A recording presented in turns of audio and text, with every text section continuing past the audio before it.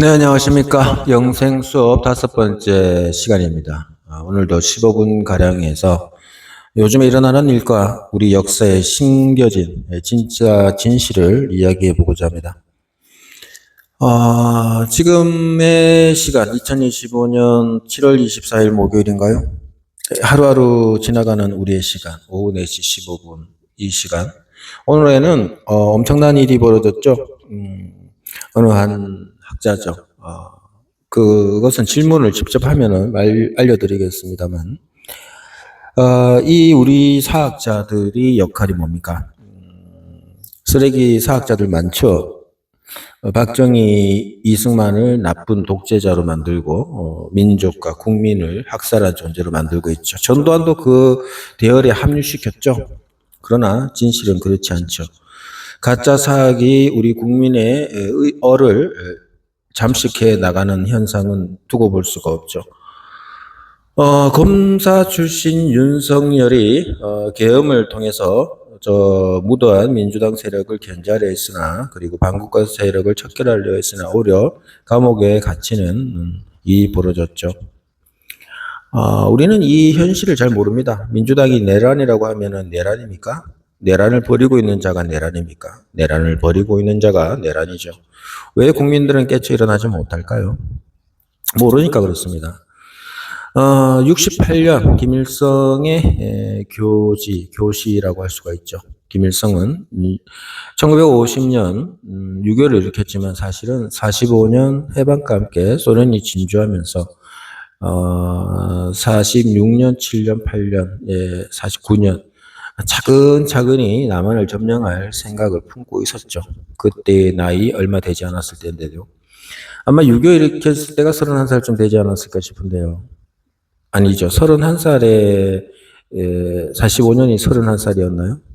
아무튼 그런 그가 전쟁까지 일으킬 용맹은 어디서 나온 것일까요? 거기까지 얘기하기는 못하지만 북한이라는 곳이 가지고 있는 이유, 사실은 기독교에 의한 대한민국의 변화는 굉장한 겁니다. 앞으로 몇백 년 후 또는 몇 천 년 후에 바라볼 한국사는 새로운 의미가 있겠습니다만, 우리가 현재에서 바라볼 것은 통일신라 시대가 이루어진 것이 불교의 힘이라는 것을 무시할 수가 없습니다. 대체 불교는 무엇이며 사머니즘은 무엇일까요? 무속이라는 어떤 개념으로서 무당이 춤추고 돼지 잡고 소 잡고 굿하고 그러면서 움직였던 무속의 시대를 불교가 평정도 하면서 결합도 하면서 이루어진 실체, 신의 세계는 무엇일까요? 예수는 2000년 전에 2025년도니까 사실은 30살부터 공생애를 시작하고 33살에 죽었으니까 말이죠. 딱 2000년이 안 되죠. 지금 예수의 생애가 정확하다 치고 우리가 2000년 전 태어난 2025년 전에 그때 딱 태어난 예수 생일은 정확하지 않다고 합니다. 12월 25일 크리스마스는 아니라고 합니다. 만 예수라는 존재가 과연 그에게는 스승이 없었을까요? 그가 40일을 광야에서 금식 기도할 때 침묵으로 기도했을까요? 소리내어서 모든 것을 바쳤을까요? 여러분들은 우리는 생각해 봐야 됩니다. 마호멧은 과연 어떤 존재였을까요? 아직도 이슬람은 마호멧의 모습을 보여서는 안 된다고 합니다. 신성시하고 있는 거죠. 우리가 살던 1980년, 90년대도 예수라는 존재를 영화에서 그려내기가 어려웠습니다. 신성하게 보여야 했으니까요. 그런데 실제적인 예수의 삶과 마음에서 삶을 살았던 사람이 있다면, 그 영혼이 있다면 오늘날 자기 자신을 바라보면서 어떤 생각을 품게 될까요? 우리가 지금 살고 있는 현실, 대한민국의 현실은 왜 지금 이렇게 엄청난 혼란을 갖고 있을까요? 돈만 챙겨 먹으려는 부패하고 타락한 가짜 대통령이 나와 있는 이 현실. 선거를 통해서 만들어지지만 그 선거는 부정선거죠. 범죄 선거와 다름없는 그런 존재들이 나타나는 현실. 우리가 조선왕조 그나마 실록이 남아서 바라볼 수 있는 것은 이런 권력사의 흐름을 우리가 좀 배우라고 나와 있지 않나, 조선을 만들어 놓지 않나 싶습니다. 고려시대만 해도 고려인들의 기상, 고구려의 정신, 고조선의 정신으로 뭉쳐져 있던 것들이 와해되었던 것도 있죠. 지금 현재 우리가 살고 있는 세상 속에는 깨친 사람들이 나와야 된다는 것이고 진정한 사학의 의미를 알아야 된다는 겁니다. 사학자들은 그 시대의 가장 큰 위기 속에서 지금 현 시점을 역사를 통해서 10년, 20년, 30년 그리고 그 이전의 역사까지 파악해서 알려줌으로써 이 시대에 살고 있는 이 당시 이 순간에 살고 있는 우리가 무엇을 행동해야 될 것이며 무엇을 알아야 하는지를 가르쳐주는 스승이죠. 예수 또한 마찬가지였습니다. 당시 이스라엘은 로마의 식민지였습니다. 이스라엘의 역사가 뭐 열왕기든 구약을 통해서 나타나지만은 제대로 된 민족이 아니었습니다. 제대로 된 국가도 아니었고요. 종교적인 신념과 민족성에 빗댄 그런 조직이었습니다만은 신성소 성전이죠. 성소가 있었고 그 성소를 지배 관리하는 성직자라고 할 수 있는 존재들이 있었죠. 사실상 그들의 의사와 결합이 왕을 만들어내기까지 하는 것이었죠. 왕은 실질적 권력보다는 오히려 종교자들이 권력을 휘두르고 있었다고 보시면 될 겁니다. 지금의 이란 혁명 때문에 지금 정치 경제를 통합하고 있지 않습니까? 대통령이 있어도 그 종교 지도자가 더 큰 권력을 가지고 있지 않습니까? 군사 조직도 그렇지 않습니까? 그와 같다 보시면 됩니다. 이스라엘이. 그 이스라엘의 종교의 성소를 무너뜨리라고 말한 예수가 살아남을 수가 있겠습니까? 오죽하면 그것 때문에 현상금이 붙고 유다가 팔고 로마 병정이 찾아와서 예수를 잡아가게 했을까요? 예수는 왜 그 20, 30명의 로마군을 물리치지 않고 순순히 잡혀갔을까요? 때가 됐으니까요. 악역을 맡고 있던 대제사장도 그의 발이 공중에 들리우리라는 것을 느끼고 있었죠. 그렇다면 우리 모두는 알게 모르게 서로의 각본에 따라서 전체적인 각본에 따라서 움직이는 존재들일까? 뭐 그럴 수도 있겠죠. 중요한 거는 예수는 왜 그 당시에 권력이요 모든 상징인 성전을 무너뜨리라 했을까? 지금도 이스라엘의 새로 생긴 나라, 거기 생겼죠. 가자 지구 문제도 있고요. 가자 지구 문제는 내면은 종교지만 겉으로는 투쟁과 싸움 아닙니까? 전쟁이고. 우리 현실도 마찬가지입니다. 우리 내면 속에는 종교가 있고요. 종교 밖으로는 정치가 있고요. 정치는 결국 권력 싸움을 나타내고 있죠. 자, 예수는 2000년 전에 벌써 민주주의를 만들어가고자 했었습니다. 민주주의라는 게 뭘까요?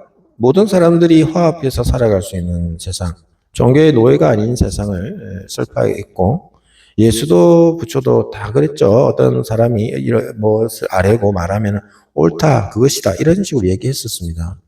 예수는 자기가 누구보다 더 뛰어난 존재다, 너희들 위에 있는 나를 따르라라고 하지 않았습니다. 근본 본질은 그렇습니다. 당시에 민중신학이라고 하고 민중신학적으로 보면 예수는 혁명가다. 그리고 예수가 뭐 혁명을 해주길 바란다. 이런 무리도 많았다고 하잖아요. 그러나 예수가 처형당하고 70년 뒤에 이스라엘이 로마군에 완전히 무너지는 통곡의 벽이 있는 이유가 뭡니까? 최후의 항전, 요새 마사단가요? 그런 것도 있고. 우리가 생각해 봅시다. 우리는 자꾸 예수를 부활했다. 그리고 신성시하고 뭐 공중으로 올라갔다. 그런 부활의 의미를 굉장히 중요시 여기는데 사료학적으로 바라보면은 처형당한 어떤 우리 지금 나이로는 청년이죠. 33살의 청년인 거죠. 그가 그 민족이 가지고 있는 불합리성, 종교의 나쁜 점, 성소가 당시에 돈만 주면 되는 죄가 용서되는 그런 일이 벌어지지 않았습니까? 어떤 재물을 동물에게 자신의 죄와 세상에 자기가 말하고 싶은 모든 죄를 고하고 그 동물을 죽이는 행위, 사륙행위죠. 그걸 신의 이름으로. 그래서 악을 없앤다는 것, 샤머니즘이죠. 그게 우리가 똑바로 알아야 됩니다. 우리가 처단하는 행위들. 그런 식으로 돈으로 사고 팔고 하는 이 종교 장사 행위, 여기에 뭐가 있을까요? 당시의 사람들, 이스라엘 사람들이 그 자기들 문화 속에 있는 그 가르침과 행위들은 있었을지언정 그들이 그를 알았을까요? 몰랐을까요? 잘 몰랐습니다. 이스라엘 민족이 그 당시에 히브리어를 썼겠죠. 자신들의 방언도 있겠지만 그들은 글을 쓸 줄 모르는 자들이었습니다. 글을 쓸 줄 모르는 자들. 단지 그 문화 풍경 속에서 살고 있던 자들. 그렇습니다. 우리 민족, 대한민국도 마찬가지입니다. 100년을 올라가고 200년, 1000년을 올라가면요. 그렇게 글을 알고 살아가야 할 이유가 없습니다. 사람들은. 무리를 짓고 움직여도 그렇게 글을 알고 살아가지 않던 그 문화의 풍습을 아셔야 됩니다. 인간이 학습의 동물이고 생각의 동물입니다만은 평생에 글을 모르고 살아가다가 죽어야 하는 자연과 싸워야 되고 그 당시의 건축 구조라든지 먹고 사는 문제라든지 집단화 사회와 도시화가 있었죠. 사실 통일신라 이후로 고려도 통일신라를 능가하는 어떤 건축이라든지 문화를 강대한 문화를 가지지 못했습니다.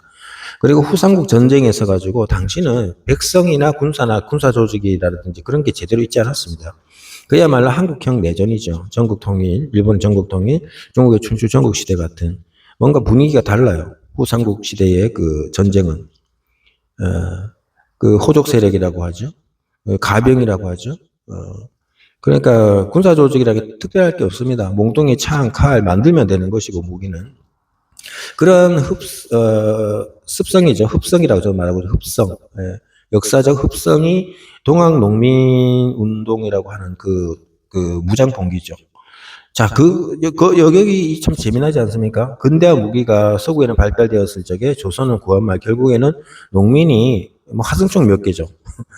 사실상 과거의 후삼국 시대의 전쟁과 같은 모습이죠. 후삼국 시대를 그리기를 뭐 무장 세력 뭐 갑옷 입고 막 그런 식으로 자꾸 표현하는데 실질적으로는 그런 군사 조직이 아니라는 걸 우리가 알아야 됩니다. 민중들이 그야말로 뜻을 따라서 그 당시에는 민간 사상과 불교적 요소가 가득했던 시대입니다. 통일신라 시대를 단순하게 보면 안 됩니다. 엄청난 불교 문화로서 오늘로 치면은 야 이제 미륵 세상이 왔다, 천국이 왔다 그 개념이 굉장히 강하다는 거죠. 근데 천국이 왔나요? 과거 역사를 보면 한반도에 아니죠.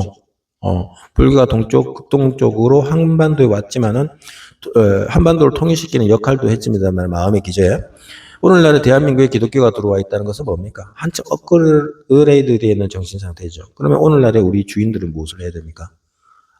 민주당과 싸워야 되죠. 민주당이 친중 매국 세력이라는 것을 알고 지금 이재명이가 민생 쿠폰이라 치고 돈을 착복하고 있는 그 과정이죠. 윤석열을 탄핵시키고 대통령을 탄핵시키고 하이브리드 전쟁이라는 것이 있죠. 총소리 없는 전쟁, 그 국가를 속방화시켜가는 엄청난 그 세력들, 김일성의 교지, 6.25 전쟁, 6.25 전쟁 끝난 거 아닙니다. 일본의 패망과 한반도의 분단과 통일은 전 세계사적 역사, 우리 고조선이라고 할 수 있는 황국이라고 할 수 있는 태극, 음양, 오행 사상이라는 것 나왔죠.